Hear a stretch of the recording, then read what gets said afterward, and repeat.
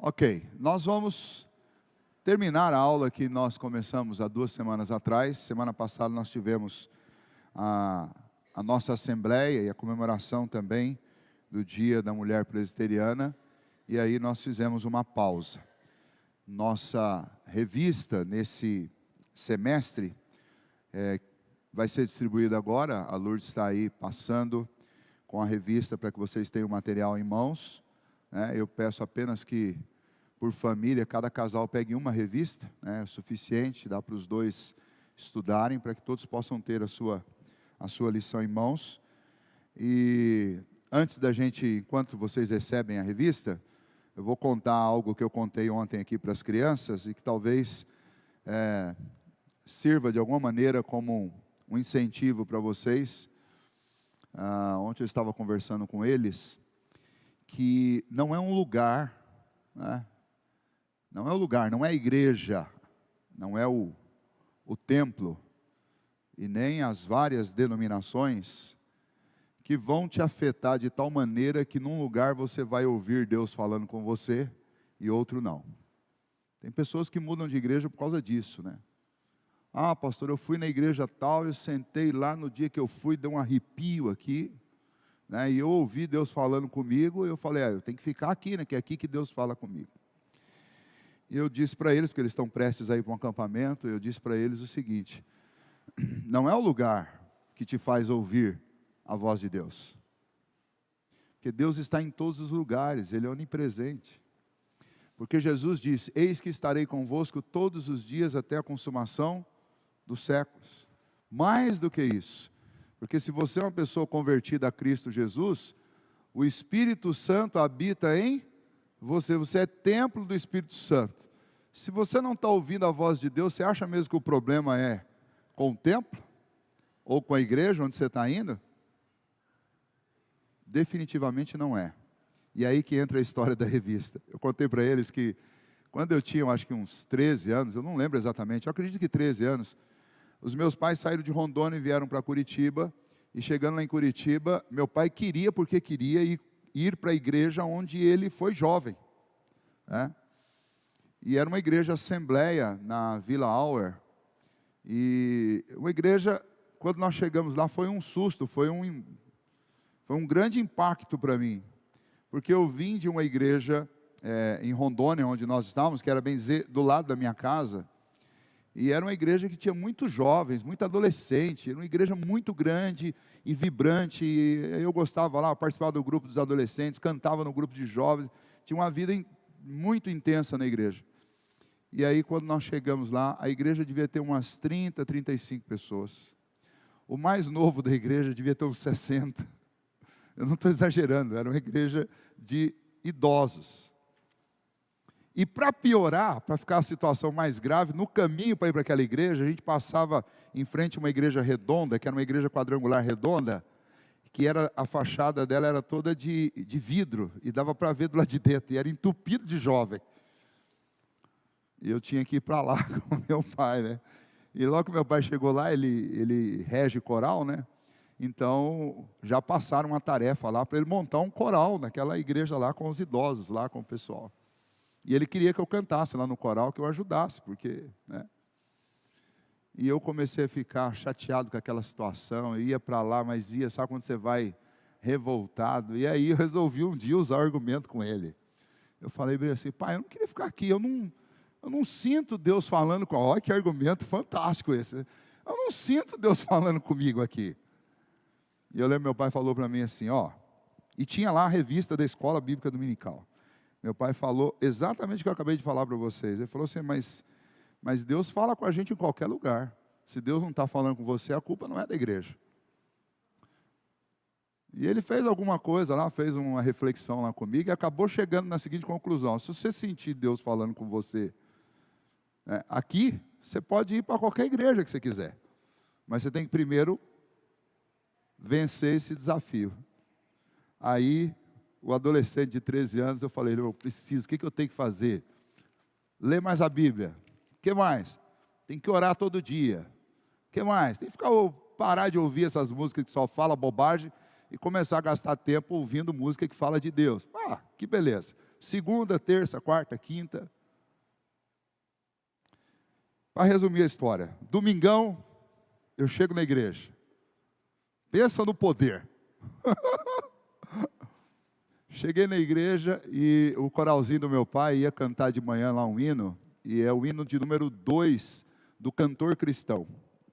Justo és, Senhor, nos teus santos caminhos. O pessoal que é de coral sabe que hino é esse. É um hino muito bonito, clássico, antigo. É um hino que tem 4 linhas, 4 ou 5 linhas só. Mas é lindíssimo. E eu lembro que o coral começou, eu sentado lá no banco lá, e eu nem estava cantando aquela, eu sentado, o coral começou. Justo és, Senhor, nos teus santos. Rapaz, aquele coral cantou, parecia que era um coral de anjos, e Deus estava ali no meio cantando baixo. Aquele negócio foi entrando para dentro da minha alma, assim, que não arrepiou só os cabelos, arrepiou tudo. E eu comecei a chorar, numa escola dominical, ouvindo Justo é Senhor, de um coral de vozes de idosos, sem instrumento, sem playback, sem nada, numa igrejinha de 30 membros. E ali, nós acabamos ficando mais, eu não quis sair da igreja. Eu ouvi Deus falando comigo ali, eu vou para onde? E eu lembro que foi um momento muito bom, acho que meu pai ficou, e a gente morava próximo, né, dava para... Nós ficamos, acho que 1 ano frequentando aquela igreja, eu não fui lá para... De vez em quando, num sábado ou outro, eu dava um pulinho lá na outra, né, para conhecer, mas fiquei ali com meu pai, com a minha mãe, e só depois, quando nós voltamos para Rondônia, que daí eu voltei para a presbiteriana. Mas fiquei lá, e ouvi Deus falando comigo, muitas vezes, no culto. E o problema não era a igreja, o problema era eu. E tudo começou com uma revista de escola dominical, que está cheio de versículo, tá? Tem versículo para todos os dias da semana. Aqui embaixo, ó, se você olhar no rodapé aí, ó, tem os versículos que são correlatos da lição, para você ler todos os dias.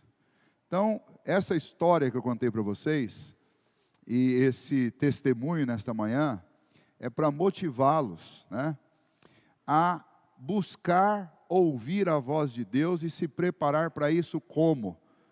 Desde segunda-feira, desde amanhã. Nossa próxima lição vai ser a 3ª.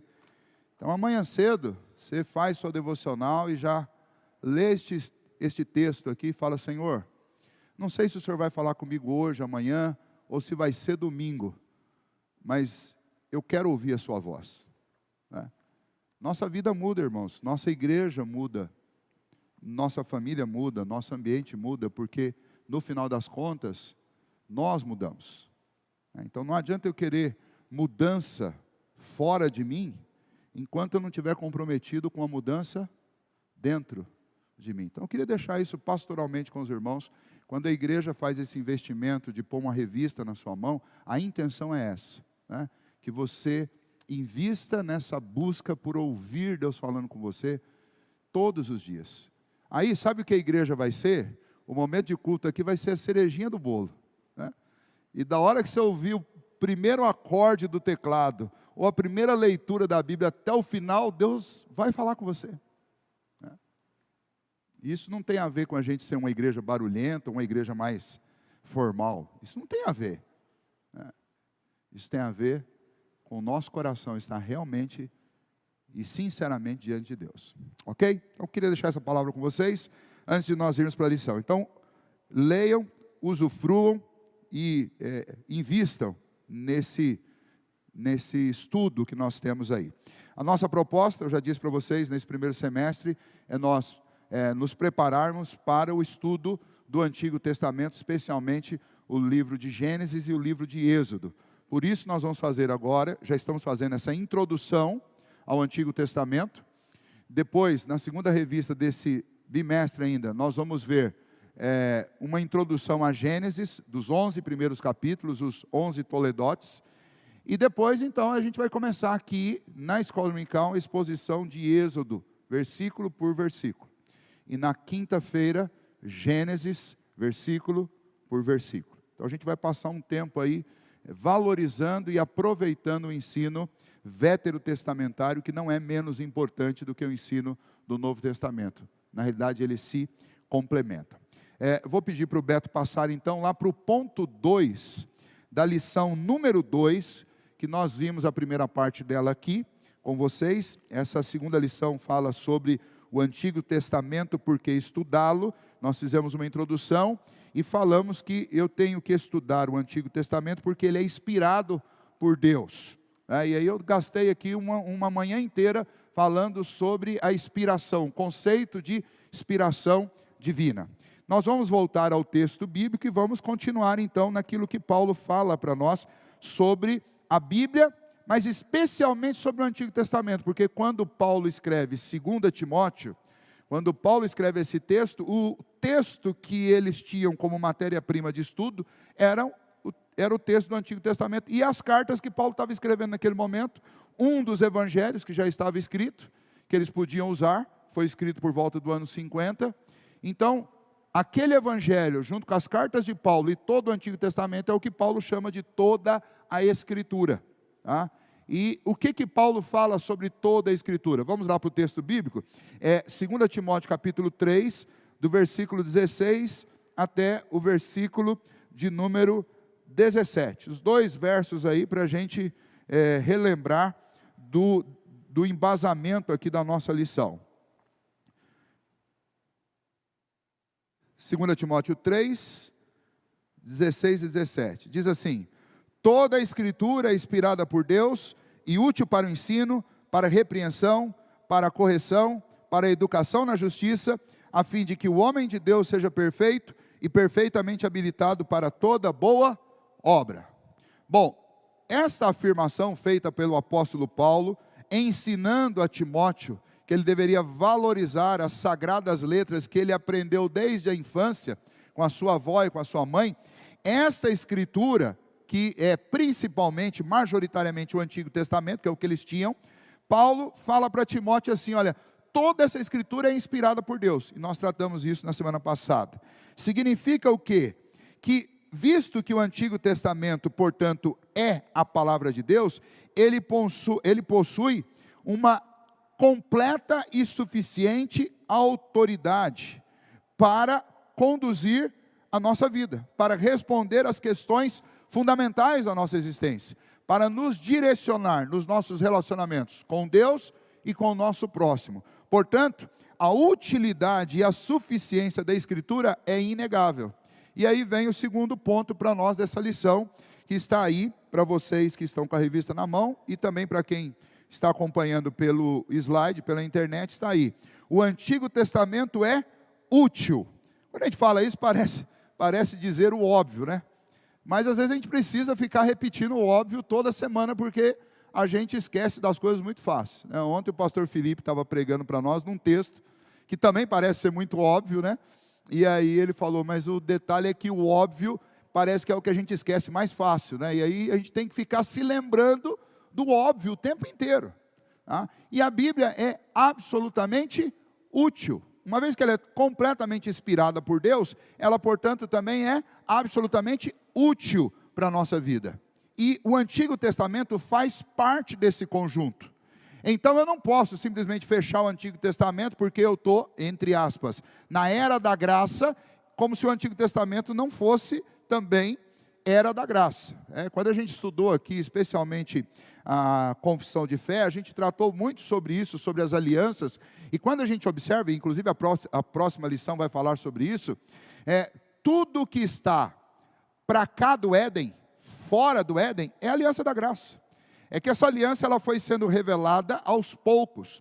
A própria lei dada por intermédio de Moisés ao povo, nos remete à graça, porque a lei não foi dada para salvar, a lei foi dada para condenar, para fazer com que toda boca se cale, para que eu perceba que a única saída que eu tenho é o Redentor. Então a própria lei de Deus faz parte da aliança da graça que Deus tem conosco. Então não tem essa divisão, olha, Antigo Testamento é aliança das obras, como alguns imaginam, e Novo Testamento é aliança da graça. Então larguemos o Antigo Testamento e fiquemos com o Novo. Isso é um equívoco, um total equívoco e é uma péssima hermenêutica de interpretação das Escrituras, tá? Então, o Antigo Testamento, uma vez que ele é validado, uma vez que ele é inspirado, ele é, portanto, útil para a nossa vida. Portanto, a Bíblia, a palavra de Deus, incluindo o Antigo Testamento, é o livro mais prático do mundo. Como afirma, e aí eu tenho uma citação aqui da própria revista, do Ducan, diz assim: Paulo diz a Timóteo que a Bíblia nos diz tudo que precisamos saber sobre a salvação, sobre a santificação, sobre a evangelização, sobre a edificação, sobre a fé e sobre a vida. Olha que maravilha isso. Pastor, eu estou com um problema aqui que é uma coisa da vida, da minha vida diária, da minha vida cotidiana. Onde eu vou buscar informações e soluções, respostas? Na Bíblia. Pastor, eu quero evangelizar alguém. Aonde que eu aprendo a evangelizar? Na Bíblia. Pastor, eu estou vivendo um momento de crise de fé. Tem uma incredulidade querendo tomar conta do meu coração. Para onde eu tenho que ir? Para a Bíblia. É a palavra de Deus. Por isso que é dito, dentro dos meios reformados, como o nosso, que a Bíblia é a nossa única regra de fé e de prática. E aí, na fé, você coloca tudo que diz respeito à doutrina, tudo que diz respeito à nossa experiência com Deus, tudo que diz respeito às necessidades espirituais que nós temos, e na prática você coloca todos os nossos campos de relacionamento na nossa vida cotidiana. Então, na Escritura que eu encontro esta base de referência para a minha vida, que é absolutamente útil e que é prática. E aí, uma crítica aqui que é importante ser feita nessa hora: muitas vezes, não poucas vezes, muitas vezes, a gente abre mão do que é prático, inspirado, útil, testado, para fazer aventura. Quer ver aventura? Eu não quero aqui julgar a fé de ninguém, e nem quero ser casuístico, pegar um caso específico para poder analisar o todo. Eu não quero fazer isso. Mas é fato que no cenário evangélico que nós vivemos hoje, muitas vezes as pessoas, ou por preguiça, ou por medo, ou por algum tipo de informação equivocada a respeito da palavra de Deus, a pessoa, ao invés de ir estudar a Bíblia para encontrar uma resposta para a situação que ela está enfrentando, ela prefere fazer o quê? Procurar os tais dos espirituais, que ouvem a voz de Deus o tempo inteiro e que conseguem trazer mensagens de Deus para você. E aí você faz o seguinte: olha que loucura que é isso. Eu pego um livro que foi inspirado por Deus, que está escrito e sendo utilizado há mais de 20 séculos, e tem sido útil, tem sido prático, tem sido suficiente para a vida de cristãos ao longo de mais de 20 séculos. E eu troco isso pela subjetividade de uma pessoa. Isso faz sentido, irmãos? Isso faz sentido? Em vez de você gastar um tempo estudando, refletindo, meditando na lei do Senhor, você faz: não, tem um jeito mais fácil de resolver esse problema aí. Fecha a Bíblia aí, deixa eu ir na casa da irmã Marietinha ali, que ela tem uma oração forte, eu vou orar e Deus vai falar para ela o que eu tenho que fazer. Beleza. Olha, se ela acertar, joia. Mas é subjetivismo. Isso não tem nenhum tipo de inteligência, de racionalidade, de lógica, e não pense que a razão está desassociada da fé. Tá? Francis Schaeffer, que era um pastor que dedicou a sua vida trabalhando especialmente com universitários ateus, ele defendia muito esse posicionamento nosso, de não transparecermos com atitudes pouco inteligentes, que nós somos fanáticos religiosos, que não pensamos, que não raciocinamos. E livros fantásticos, fabulosos, como O Deus que Intervém, Crer é Também Pensar, e outros, como A Morte da Razão, esses livros todos foram utilizados agora, no século XX. Para quê? Para mostrar que crente também pensa, que crente também raciocina. E especialmente Deus nos deixou a Escritura exatamente para nos livrar do fanatismo e do subjetivismo e para caminharmos de forma segura com um livro que é suficiente, porque ele é inspirado por Deus e ele é absolutamente útil e prático para a nossa vida. Então, volta e meia, a gente se vê envolto em situações que a gente fica perguntando assim, mas qual será que é a vontade de Deus para mim nessa circunstância? A recomendação é muito simples, irmãos. Vocês estão me ouvindo a falar isso pelo menos há 3 anos e 1 mês. A recomendação é palavra de Deus e oração. Bíblia e oração. Eu oro e peço, Senhor, me ilumina e me conduz na leitura da Tua palavra. Fala comigo, Senhor.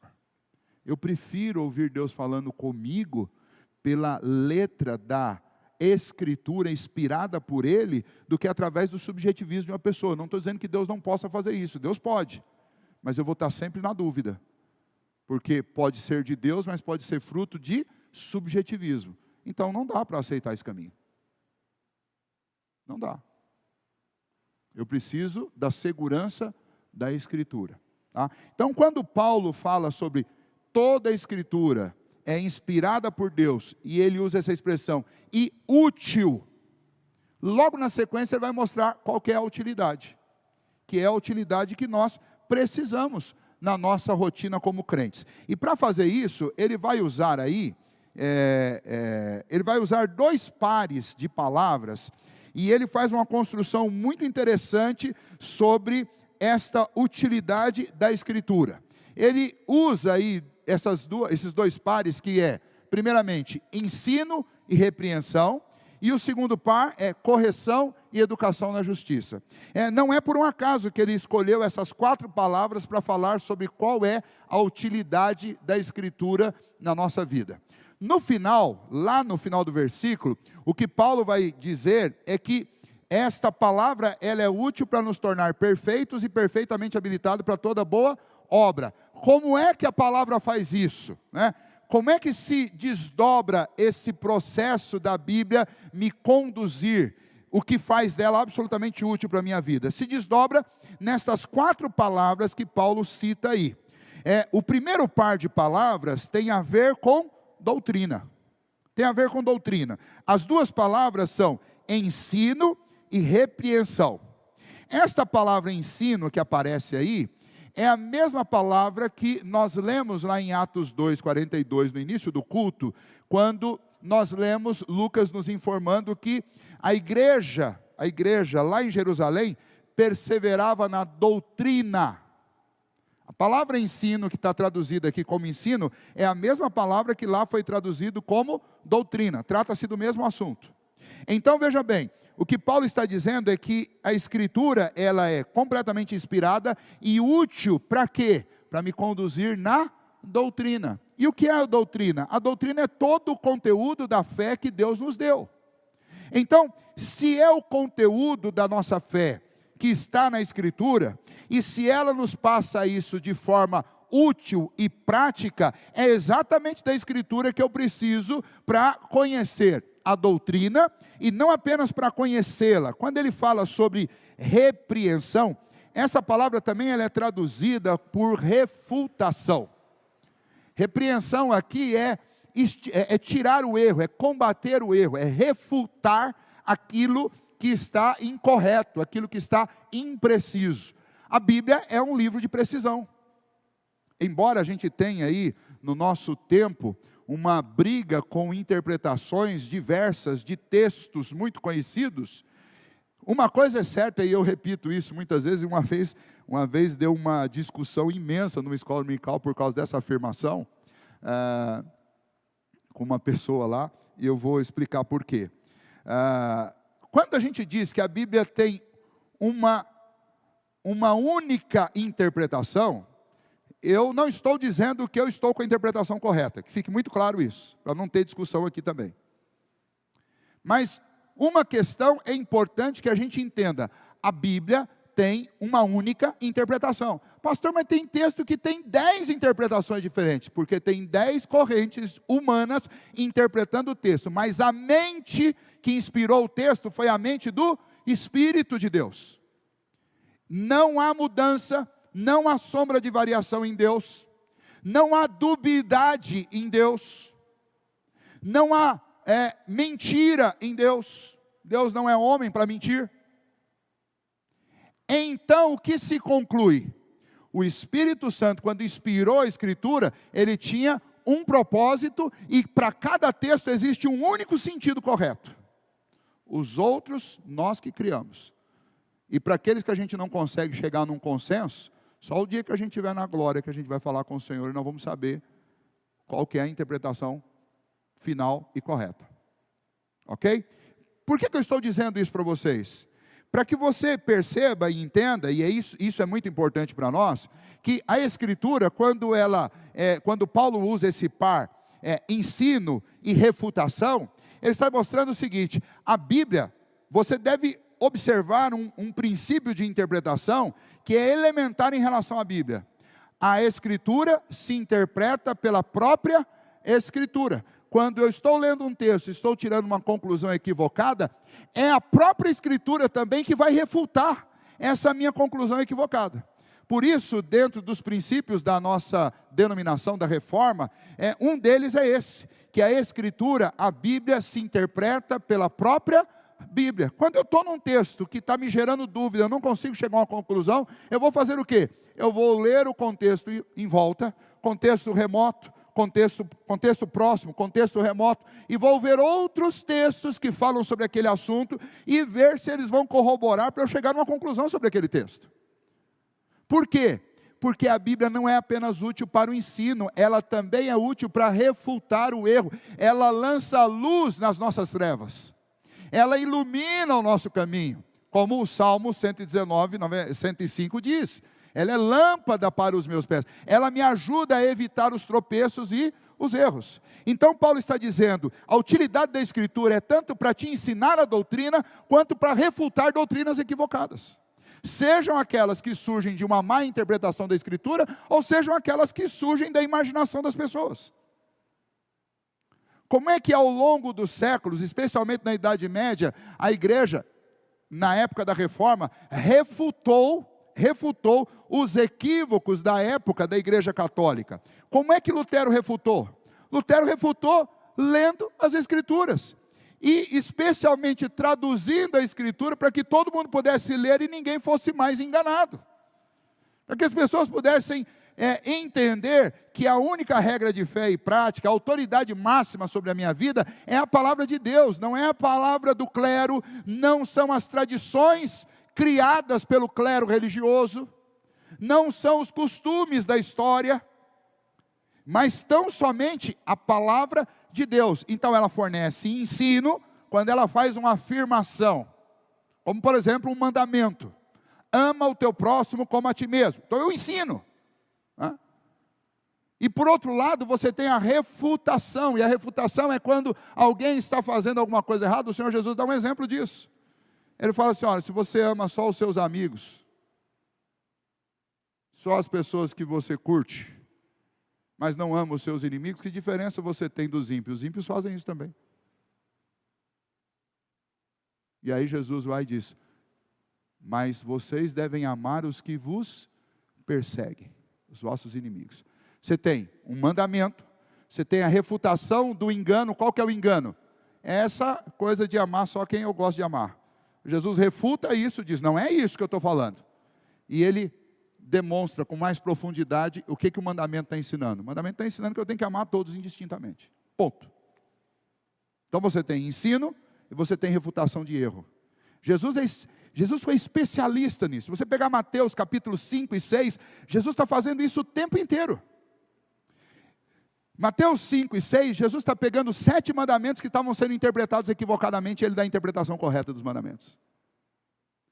Então a Bíblia é útil para ensino e para refutação, para limpar aquilo que está de errado. Eu vou pedir para alguém levar um microfone ali para o Nilton. Não, Nilton, senão ninguém ouve, daí não adianta. Qual o versículo? Tito 1,9. Está aqui já.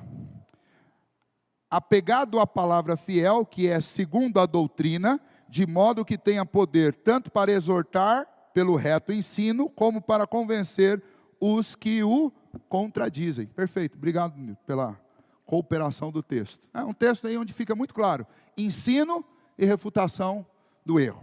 O segundo par de palavras que Paulo usa aqui para mostrar a utilidade da Escritura são as duas palavras, correção e educação na justiça. Aí tem algo muito interessante sobre essa palavra correção. A gente, quando pensa nessa palavra, logo a gente já imagina aquela coisa que a gente faz com as crianças, né? Quando faz uma coisa errada, você vai lá e corrige, né? Às vezes com um puxãozinho de orelha, às vezes com uma varinha. E, abrindo um parênteses aqui, varinha é bíblico, tá? Não caia na conversa aí de psicólogo que, não todos, né? Mas alguns que vão ensinar que isso não pode. Pode dar uma varadinha no filho. Então rasga a Bíblia, né? Porque a Bíblia está dizendo para disciplinar com a vara. E a vara não é uma ripa. Não é uma ripa. Varinha fininha, né? Delícia. Ela chega, canta, né? Além de tudo tem música. Arde, gostoso. Disciplinar as crianças, tá? Mas o ponto aqui, quando a gente fala de correção, ele é um pouco mais do que isso, tá? A tradução, ela é pobre, porque a nossa língua portuguesa, ela é assim. Ela é pobre do sentido. Tem muitas palavras e com pouco sentido. A língua grega é o contrário. São poucas palavras com muito sentido. E a palavra aqui, a tradução dela mais acertada, mais correta, é colocar em linha reta. Esse é o sentido da palavra grega que está aqui.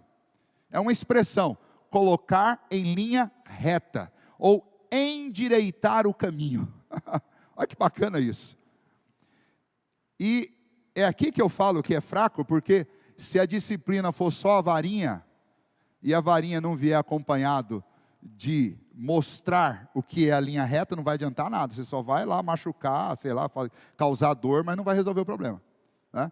Então a disciplina ela tem que ser também inteligente, né? Eu preciso ter certeza que meu filho está entendendo por que ele está sendo disciplinado, senão não vai fazer a menor diferença na vida dele.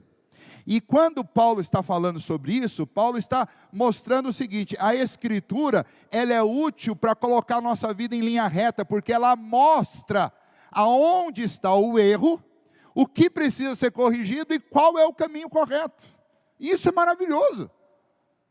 E as pessoas às vezes não se valem disso, não se valem da Escritura, para de novo, confiar no subjetivismo, muitas vezes do líder religioso, do pastor.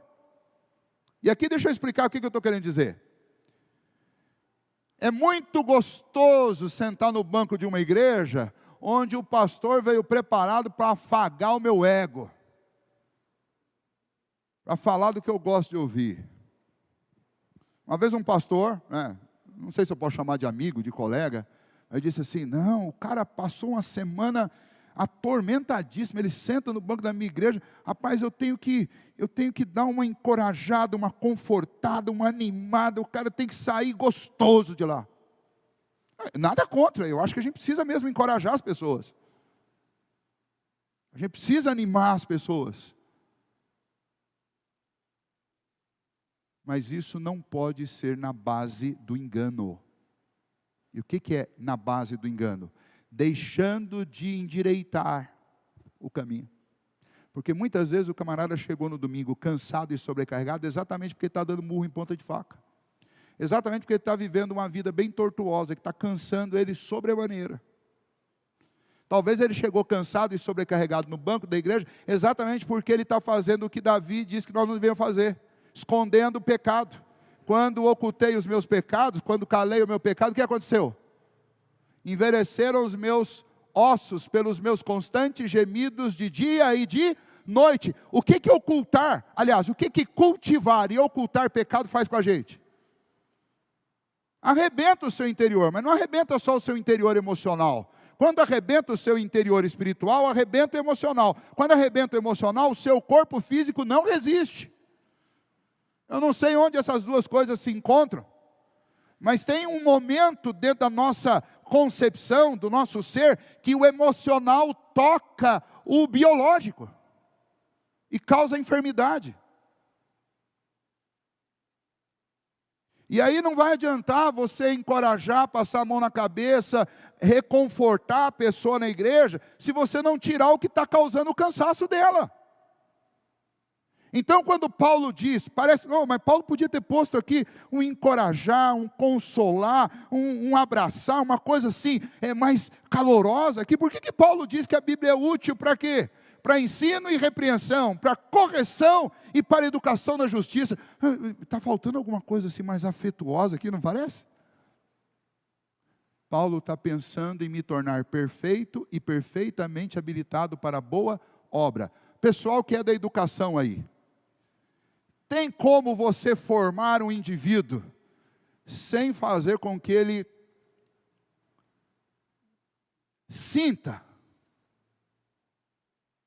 sem fazer com que ele passe por uma crise?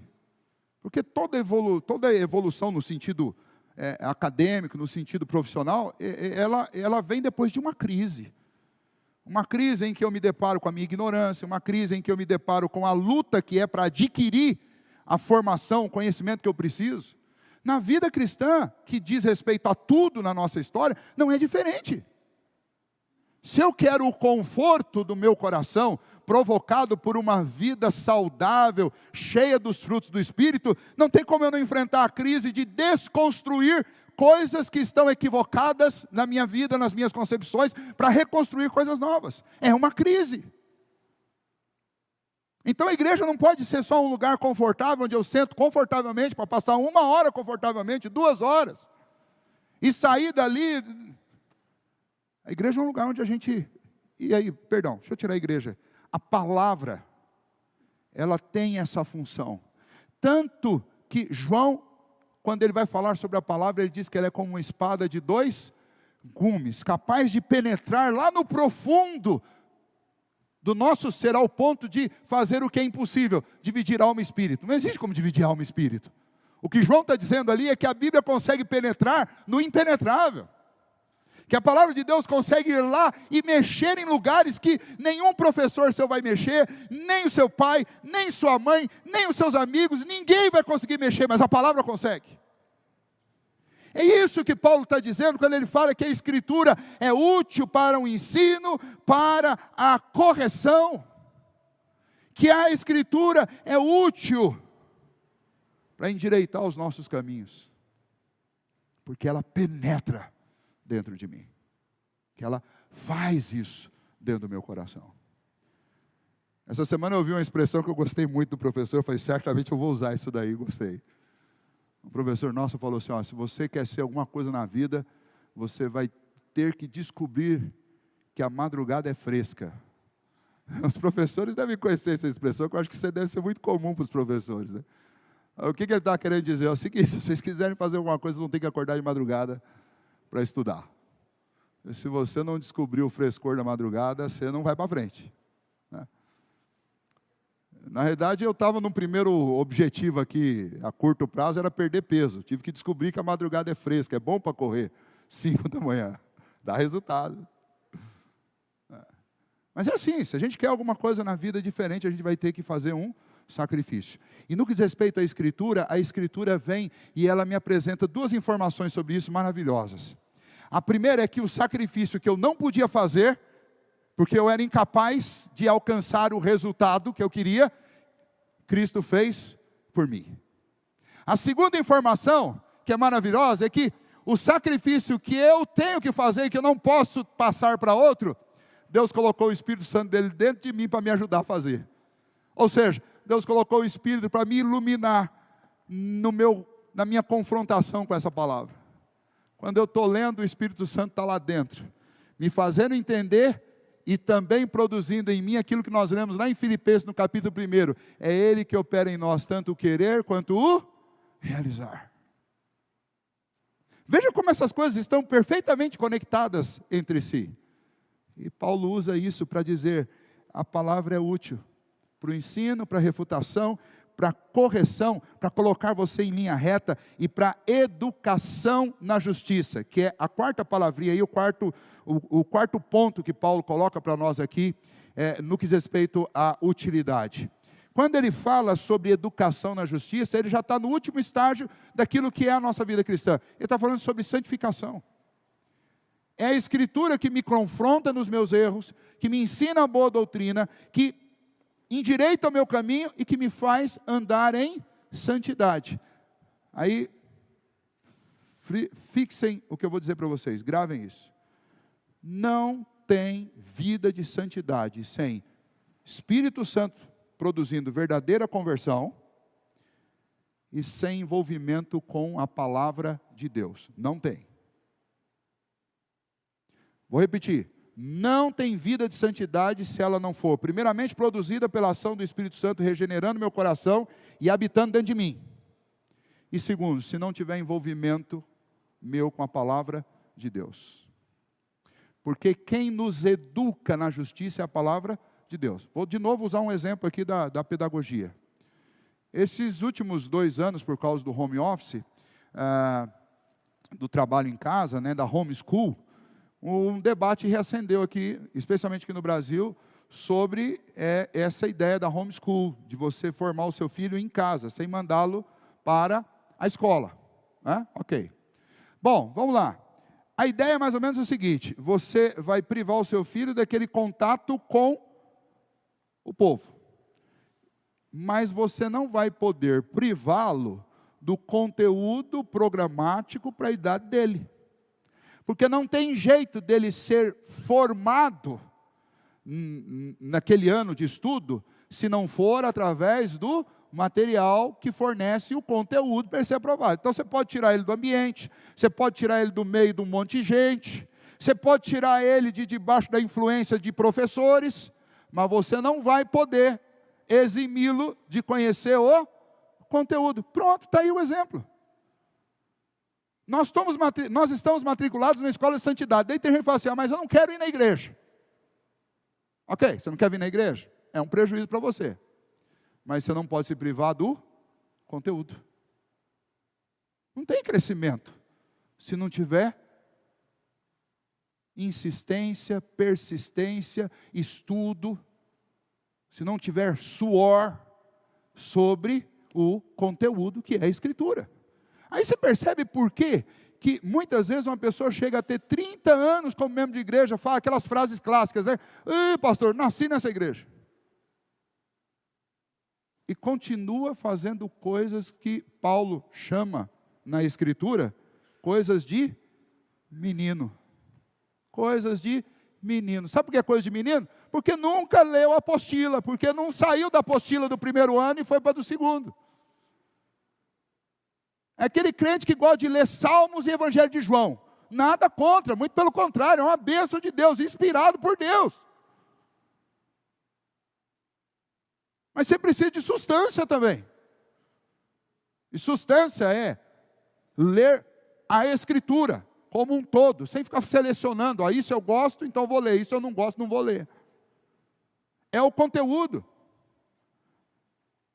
Eu lembro da 6ª e da 7ª série, não sei se era um problema com o professor, o que é, mas para mim foram as piores séries, até hoje. Já fiz teologia, estou fazendo direito, já fiz mestrado em teologia, mas o meu trauma ainda é com a 6ª série, eu lembro até do rosto da professora. Quando inseriram o tal do X e do Y na matemática, aquilo foi um parto para mim. Foi uma decepção para o resto da vida. Por que essas letras estão misturadas no meio dos números? Mas eu tive que virar a apostila. Tive que deixar para trás. E a vida da gente é assim. Agora tem gente que está no Salmo 23 ainda. 40 anos depois de crente, nunca leu a Bíblia inteira. Paulo está dizendo, toda a Escritura é inspirada por Deus e útil para o ensino, para a refutação, para a correção e para a santificação, para a educação na justiça. As nossas escolas dominical, eu tenho uma tese, que elas deveriam funcionar exatamente como funciona uma escola lá fora. Você tem que entrar e pegar do primeiro, segundo, terceiro ano, e até chegar um momento que você chega lá e fala assim, olha, eu estudei a Bíblia inteira na escola dominical. Infelizmente, não tem uma igreja que faz um negócio desse. Aliás, já teve, lá em Genebra. Vocês devem lembrar o nome do pastor da igreja. Então não é impossível, dá para ser feito. A gente tinha que fazer isso. Porque senão a gente fica repetindo as mesmas histórias, a gente não passa de ano nunca. E aí quando a gente vai olhar para os problemas que a gente enfrenta na nossa vida pessoal, se vocês forem um pouquinho perspicazes, vocês vão ver que a gente está todo ano repetindo os mesmos problemas. É claro, a gente não passa de ano, a gente vai ter que ficar lidando a vida inteira com os mesmos problemas. O único jeito de você se livrar dos mesmos problemas é fazendo o quê? Fazendo a sua lição de casa, estudando, vencendo o problema para passar para a próxima página.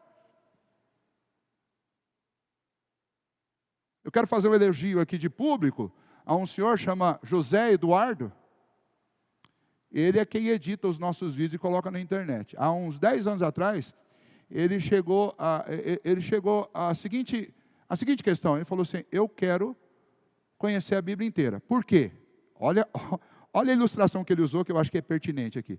Ele falou, os pastores, eles ficam entregando pecinha do quebra-cabeça para a gente todo domingo. Você vai lá, o pastor pega um texto da Bíblia, que é o equivalente a uma pecinha do quebra-cabeça e te dá.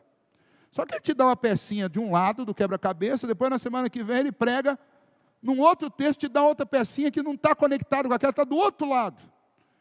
E ele pensou, 52 domingos por ano. Eu já estou há alguns anos já nessa caminhada, não cheguei nem perto de montar pelo menos um retângulo em volta. Eu não vou acabar de montar esse quebra-cabeça nunca.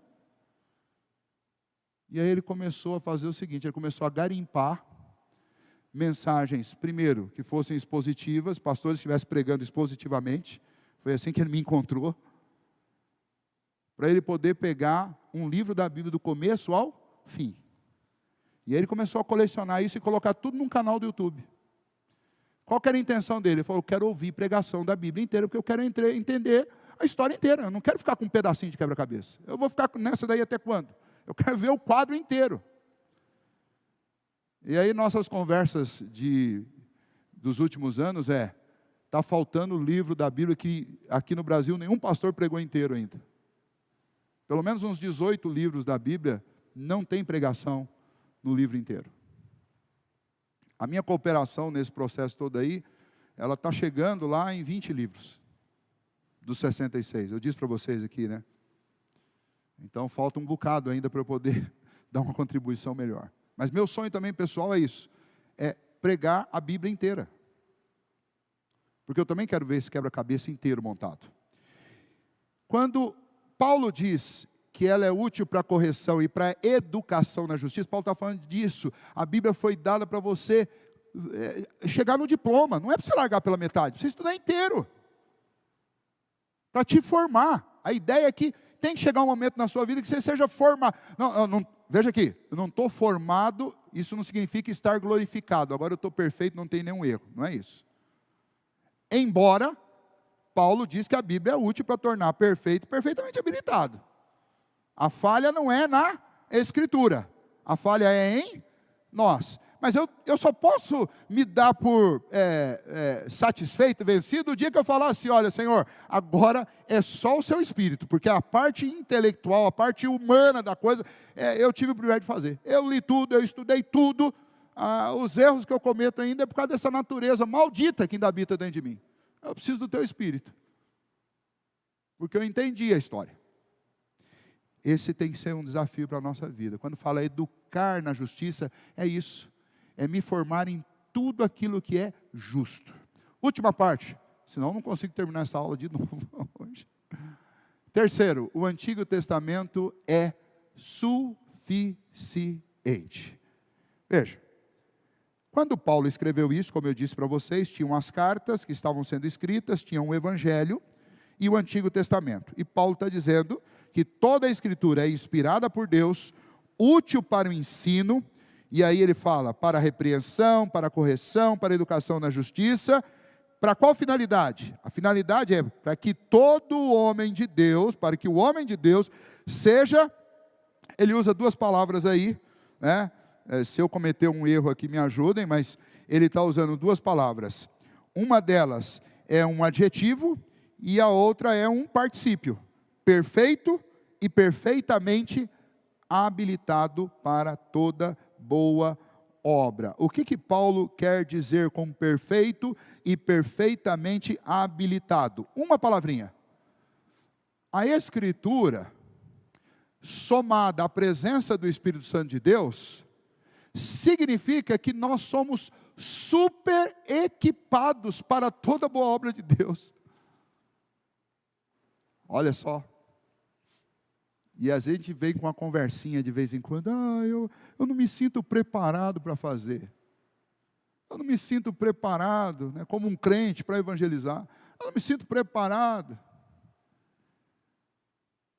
Só pela nossa negligência, porque da parte de Deus, Paulo diz que a Escritura é absolutamente útil para me superequipar para toda boa obra. Não é só equipar, não, é super equipar. E isso a gente precisa começar a raciocinar sobre essas coisas. Mas peraí, se Paulo está dizendo que a Bíblia é útil para me tornar perfeito e perfeitamente habilitado para toda boa obra, por que eu estou regateando esse negócio? Para que eu fico o tempo inteiro, eu não dou conta? Na realidade é a desculpa, né? Que, de novo, vou usar o exemplo do professor. Professor nenhum gosta de ouvir desculpa. Mas quando chega na hora de entregar a prova corrigida, aí o aluno pega, olha professor, mas foi que essa semana aqui, que foi a semana da prova, morreu o meu cachorro, né? Nós mudamos de casa, eu tive uma indisposição intestinal. Aí as desculpas são as mais diversas, mas no final das contas a gente sabe que é tudo desculpa, é desculpa. Porque se tivesse separado 1 hora por dia para estudar todo dia a matéria, quando chegar no dia da prova, você podia morrer a sua mãe que você fazia a prova. Desculpa o exagero aqui. Mas fazia.